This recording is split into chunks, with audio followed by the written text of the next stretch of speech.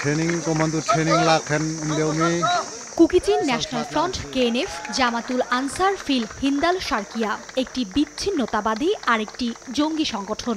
সাম্প্রতিক সময়ে দেশের পার্বত্য অঞ্চলের গহীন এলাকায় আস্তানা গেড়ে ত্রাস ছড়ানোর অপচেষ্টায় বারবার আইন শৃঙ্খলা বাহিনীর বয়ানে উঠে এসেছে এই দুই নিষিদ্ধ সংগঠনের নাম। পৃথক আদর্শ হলেও আইন শৃঙ্খলা বাহিনীর ধারাবাহিক অভিযানে একজোট হয়েছে কেএনএফ ও হিন্দাল শারকিয়া।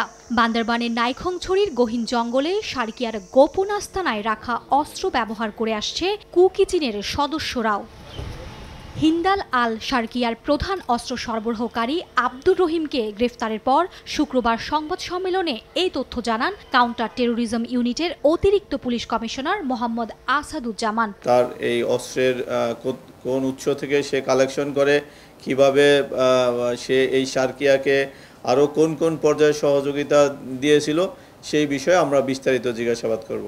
যতজন সদস্য প্রশিক্ষণে অংশ নিয়েছিল সবার তালিকায় আমরা পেয়েছি।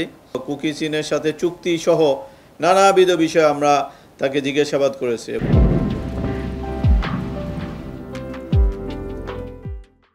গত 15ই মে বান্দরবানের নাইখংছড়ির গহীন জঙ্গলে শারকিয়ার আস্তানায় মাটিতে পুঁতে রাখা অবস্থায় বিপুল পরিমাণ অস্ত্র ও গোলাবারুদ উদ্ধার হয়েছে বলে দাবি করা হয় সংবাদ সম্মেলনে। কুকিচিন তাদেরকে যে চুক্তির বিনিময়ে বা চুক্তির অনুসারে ট্রেনিং প্রশিক্ষণ দেওয়া শুরু করে, তার আগে থেকেই সে এই সংগঠনের জন্য অস্ত্র সংগ্রহ, অন্য আরেকটি জঙ্গি সংগঠনকে অস্ত্র দেওয়ার জন্য তাদের কাছ থেকে সে বিপুল পরিমাণে অর্থ নিয়েছিল। বান্দরবানে কেএনএফের আইইডি বিস্ফোরণে প্রাণহানির ঘটনায় হিন্দাল শারকিয়ার সংশ্লিষ্টতা ও অস্ত্র সরবরাহের বিষয়টি খতিয়ে দেখা হচ্ছে বলেও সংবাদ সম্মেলনে জানানো হয়। বিষয়টা নিয়ে কনসার্ন, আমরা এই আসামিকে জিজ্ঞাসাবাদ করব। মার্জিয়া মুমু, সময় সংবাদ, ঢাকা।